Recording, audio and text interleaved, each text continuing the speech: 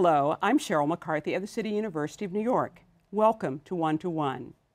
Each week, we address issues of timely and timeless concern with newsmakers and the journalists who report on them, with artists, writers, scientists, educators, social scientists, activists, government leaders. We speak with each one-to-one.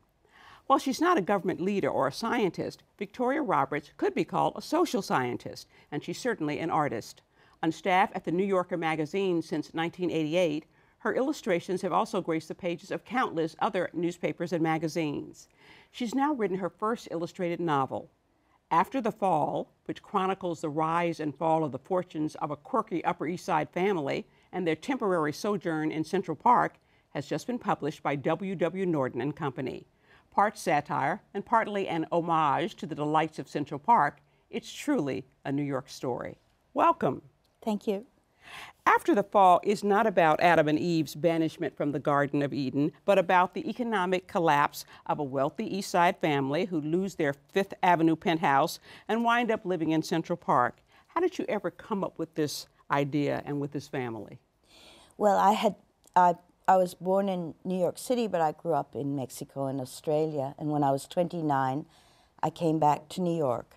And I'd had a pretty good career in Australia because I started working when I was 16. And I lived on East 77th Street, and I would walk to the park, and I was afraid that I would never get work. And as a cartoonist, isn't it? As a cartoonist, and also because I came from a place with the safety net, because in the Whitlam years in Australia you had Medibank, which was medical care, and Australia paid for all of my education, all of that. I felt here I was in a place without a safety net, and what would happen if you fell through the cracks, and ended up living in Central Park, kind of thing.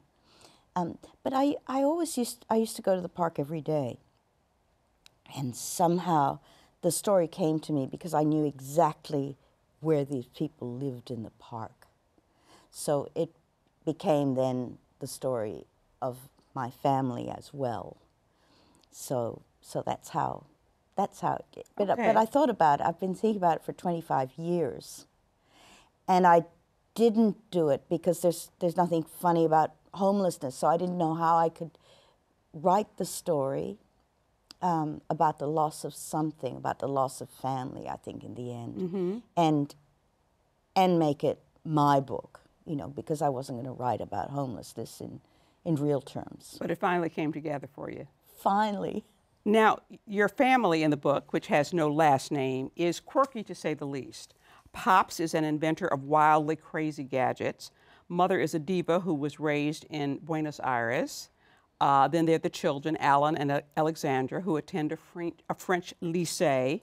There are 3 unruly pugs, and their housekeeper and cook, Gudelia and Uzvilia, who are Latino. Do you know characters like this?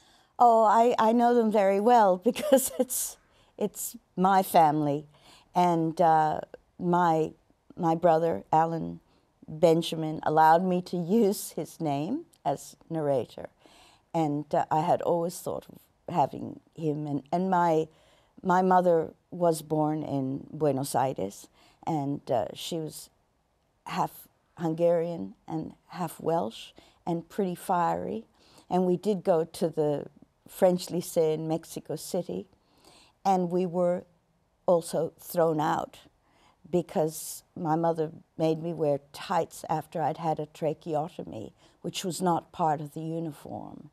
And they would inspect you as you're going into the school. And I said to my mother, you know, you better wait because they won't let me in, they won't let me in. And sure enough, they didn't. She came in and insulted the director and told them there would be blood on their hands with my death if I wasn't allowed to wear tights. Why did she make you wear tights? Did you think you wouldn't catch cold? Yes, because it was chilly. Okay. And then she insulted de Gaulle, and because there was a portrait up on the side. So we were asked to leave. leave the lycée franco-mexicain. Permanently? Permanently. Oh, my goodness. And I have the letter. If my mother apologized, we were allowed to return, but my mother said she couldn't be bothered. So was your mother something of a diva, like Mother in this book? She was a bit of a diva, yes. She was a real character. And the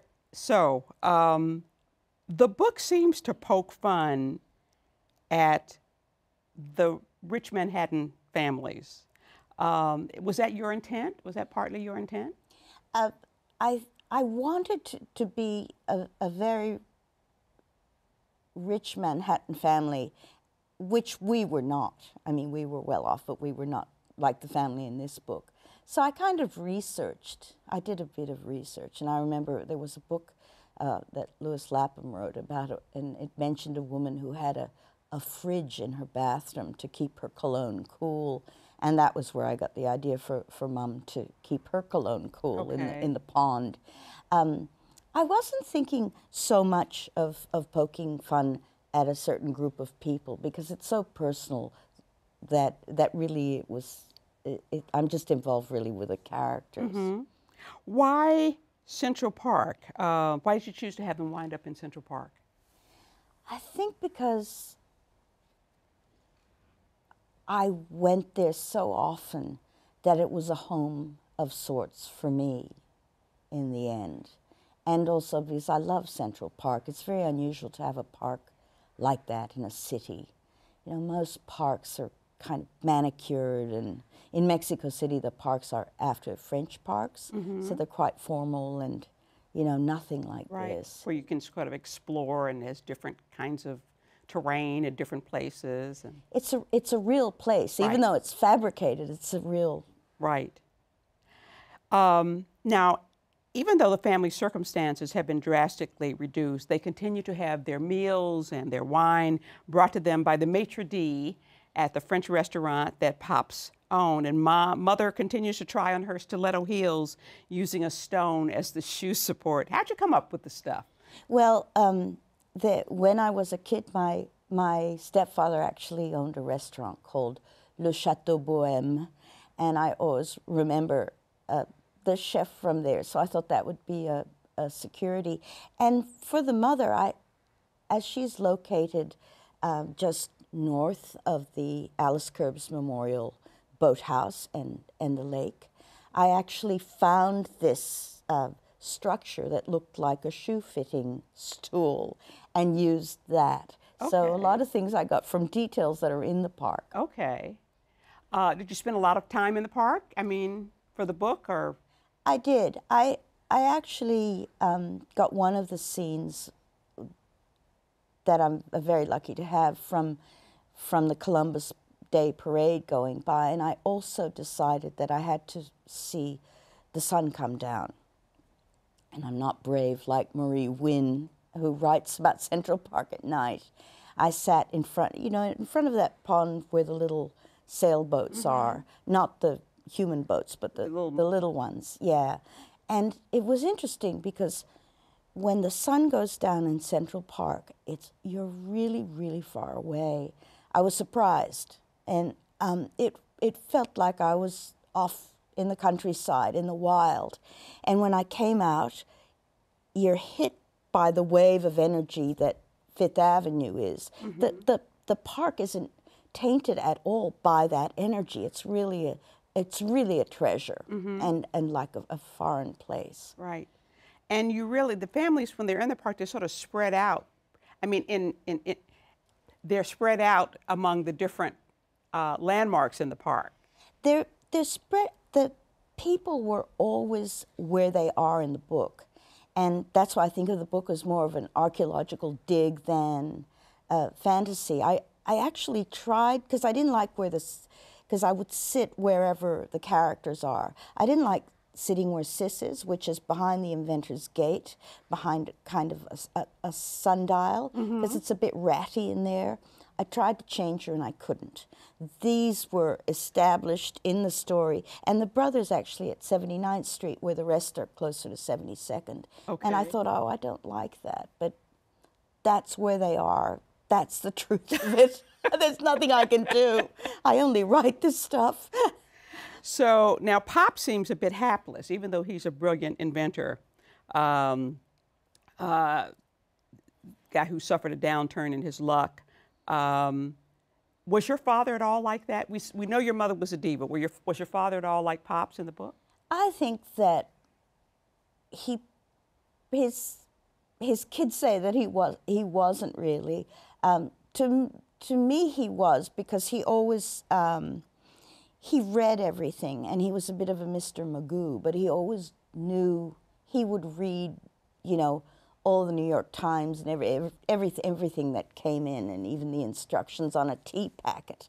And he would go, when we lived in Mexico City, he'd go to the United States and bring back products for himself, like the Jiffy popcorn. We didn't have, this is before NAFTA, we didn't have these things. So it would turn up with this strange thing that the popcorn pops up and all this kind of thing.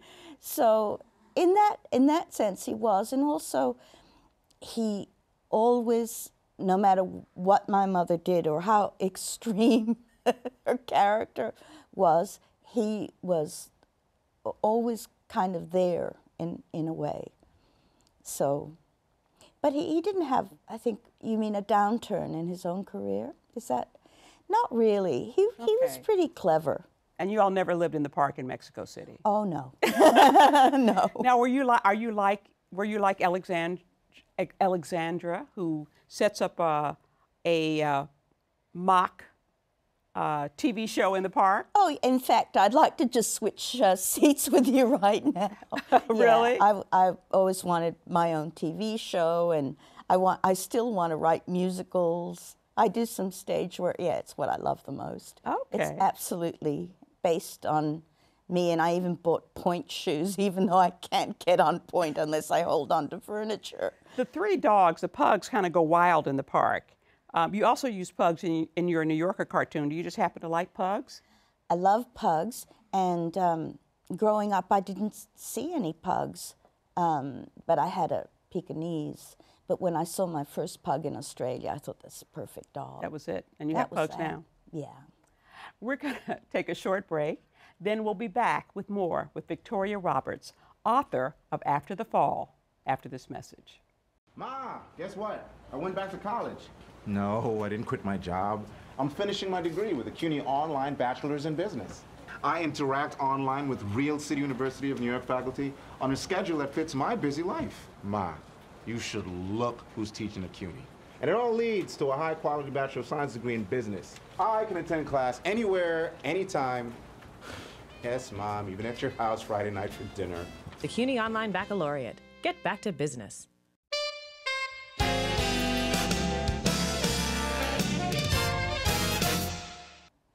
Welcome back to One to One. I'm Sheryl McCarthy of the City University of New York, and I'm talking with Victoria Roberts, author of After the Fall. It's just been published by W.W. Norton and Company. After many adventures in the park, some good and some bad, the family is restored to financial health because Pops invents a really cool new invention. And overnight, they're back in their Fifth Avenue penthouse. Is there a moral to this story? I think that after, I thought of many ways of resolving the story. After I'd written it, some months later, I realized that I'd written the story of my family if they hadn't got divorced. I'm always the last to know what I've written about. And I wanted those, they're sort of two magical transitions, when they wake up in the park and when they're home. And I thought of those not as sort of baloney or bad, you know, a bad transition, but the way you think when you're a child and you're certain of the way things are in your memory, and that's the kind of certainty I had about those shifts, if you like. But moral, no, I just think I wanted the family to be restored to family life. And the park I really used, not so much as the park, but when they're isolated from society, they're very much onto themselves. And I think the dynamic of family is where people act really the way they are and are tolerated. It's the one place where you really know what people are like. And there's a lot of difficulty in that, but there's a lot of love in that. Right. And they don't change when they're in the park. They're still themselves. They're very much themselves, but there isn't any of the stuff around them. You know, they're not going to work and doing this and in society. They're just the family, just those people. And I think that was my interest in isolating them. Who's the book written for? You mean in terms of readership? Readership. You know, I don't ever gauge that. Because it's an illustrated book, they had thought of doing it for young people, but for me it's 8 to 80. For me it was always an adult story, really.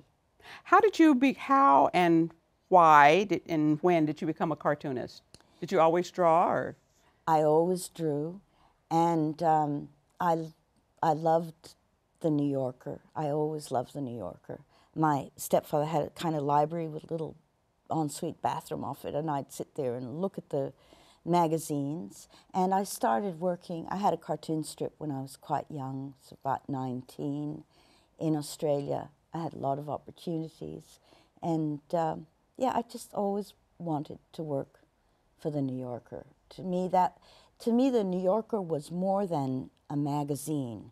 It was a place, for some reason, where I felt there was a sense of wonder and a sense of curiosity, and also a respect for the people who were looking for whatever they were looking for in those long stories. It really meant a great deal to me, the magazine, and I don't think I'm alone in that. Do you consider yourself a social commentator? I don't think of it that way. I think because my work comes from tiny, tiny detail. If I do that well, hopefully it resonates. But you know, I don't do political cartoons and things like that, or you know, I don't do broad strokes at all. If it ends up being that, then you know. Is there a secret to being a cartoonist? I think mostly a very narrow point of view, a singular point of view, I think. It depends, because when you say New Yorker cartoonists, you're talking about a very wide variety of ways of working. Right. It's not one way or another, you know. So I think when you say New Yorker cartoon, it meant kind of the ensemble of what is in the magazine. Not long ago on this show, I interviewed Janet Groth, who was for many years a receptionist at the New Yorker, and she talks about the cartoonists, the staff cartoonists there, as being under a lot of pressure, because there would be this weekly meeting where you would find out if the cartoons that you had submitted that week were going to be used or not, and it was always anxiety-provoking. Is it that way now, or is it done differently? It's not done differently at all, and you take your goods to market. You know, most people take about 15 to 20 drawings a week. A week. Sketches, right. You know, rough drawings. Although now they're a lot more finished than they were in the old days, because that's what they require. And you wait to see if you've sold anything every week. So it is like starting from scratch, and you have to just, you know, learn to have an extremely thick Teflon coating and keep going. The thing about it, in the old days, the good old days, there was never a cartoon Camelot. Cartoonists have never been that happy, I think. They're like cab drivers, they're never happy. They're like cab drivers, but some are cab drivers nowadays. But the thing is that there were other places to go for you know, these spot cartoons. Right. And there aren't as many markets now. It's changed a lot. For print, print is going, and so it's the web, and that might open it up more. But certainly it hasn't opened it up financially. As you know, it's a revolution going on. So are you, as a staff cartoonist for the New Yorker, are you a glorified freelancer, or do you have a salary and then you get extra for the, how does that work? You have a kind of, you can choose. You can choose to work as a kind of total freelancer, or you can choose to have a monthly stipend, but it's based on your sales over, you know, I don't know how they work it out, but basically what you sell is what you earn in the end. So how many cartoons would you have in the magazine in the course of a year? Well, it depends, you know, it depends on the year. You know, you could have 24 one year and you might have 5 the next. So you really don't know. Do you have a favorite subject to draw? I love drawing the couple. All of my work comes from character, from the Okay. characters. And I also like drawing another character, Nona Appleby, who's my oldest character. And she's a character, tell me about her. She's an Australian octogenarian who sometimes wears kimonos and sometimes cavorts around naked. That's right, Cheryl. And I wish you'd had me on instead of having Victoria Roberts, because she's not telling you the full story with it. And if you'd had me on, I would have told you the real truth. As I am her oldest character. I don't know where she got me. She's been drawing me since she was 19, and I'm not going to reveal my age. And I've even been on stage. Yes, I gather you have. Yes, a smash success. And I'm on video as well. I've got my own YouTube. I've got everything. I'm not on Twitter, though. I'm not going to do that. My goodness. So that is, but actually what is interesting about that is that I can speak as Nona, but I would not be able to do that with the couple. You can work with characters to the degree that you know them. For some reason, I really know Nona. Where did she come from? I think that I did work on the weekends when I was at art school at Mossman Nursing Home, which was a nursing home in Australia. And the old people who had been through the Depression actually have quite a different accent to modern Australians. And I think she's taken from there, and also from my landlady, Ethel O'Brien, who's that age range too. That I lived in a basement for many years in Darlinghurst in Sydney, and she was wonderful. So I think, but Nona is strange. It's like Tootsie with Dustin Hoffman. Nona is so much smarter than I am. If I really have a problem, go to Nona. I go to Nona, because she's like the best. And you've written some books about gay cats and dogs. Oh, the is your cat gay, and is your, yeah. How can you tell if your cat's gay? You know, I just don't know. Even though I've done a book about it, I don't think you can speculate and you can brand them as one or the other. They're all individuals. I think they are, yeah. What would you say to a young person who is interested in making a career as a cartoonist these days? Would you tell them, don't do it? What would you tell them? I interviewed a singer a few weeks ago, Betty Levette. I said, what would you say? She's a soul singer. I said, what would you tell somebody interested in singing? She said, don't do it. What would you tell them? Yeah, it's really tricky, I'd say, ask someone younger. I think because I think cartooning it's a wonderful medium because it's so complete and so economical, so efficient, and all of that. I think it's changed a lot, and so kids now have like a website and they do merchandising, and it's not like you go to a publisher or you go to a magazine and that is your career. I think it's a lot tougher. Yeah. And just like for music, it's tough. I think you just work. You do the work, and the people who get through are the people who don't stop working, because you can't. Right. I think basically people succeed because there isn't really another option. And so it shouldn't be a question. If they're asking the question, that's a problem. But it's harder to make a living as a cartoonist these days. It really is. Although people now, if they have a successful website, are kind of have their own business. So I would tell them to talk to younger people, you have to do all the Twitter, all the Facebook, it's a different means of communication.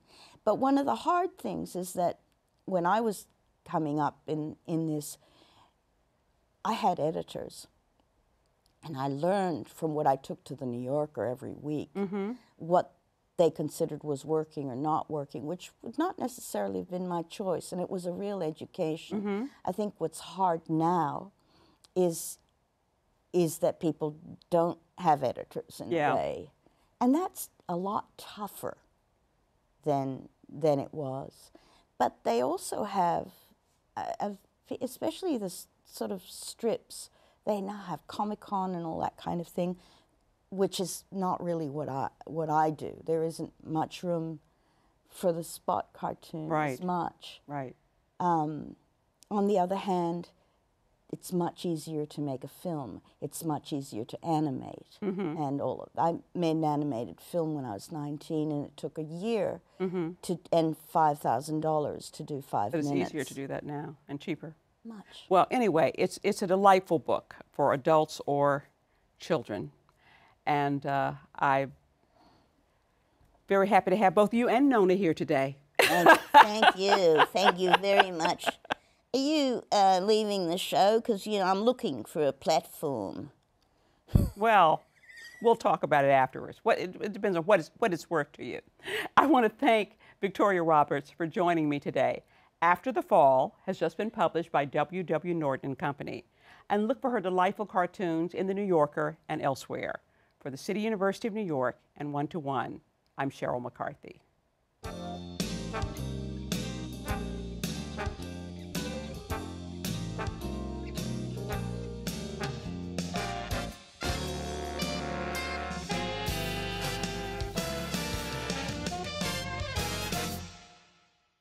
If there are any people you'd like to hear from or topics you'd like us to explore, please let us know.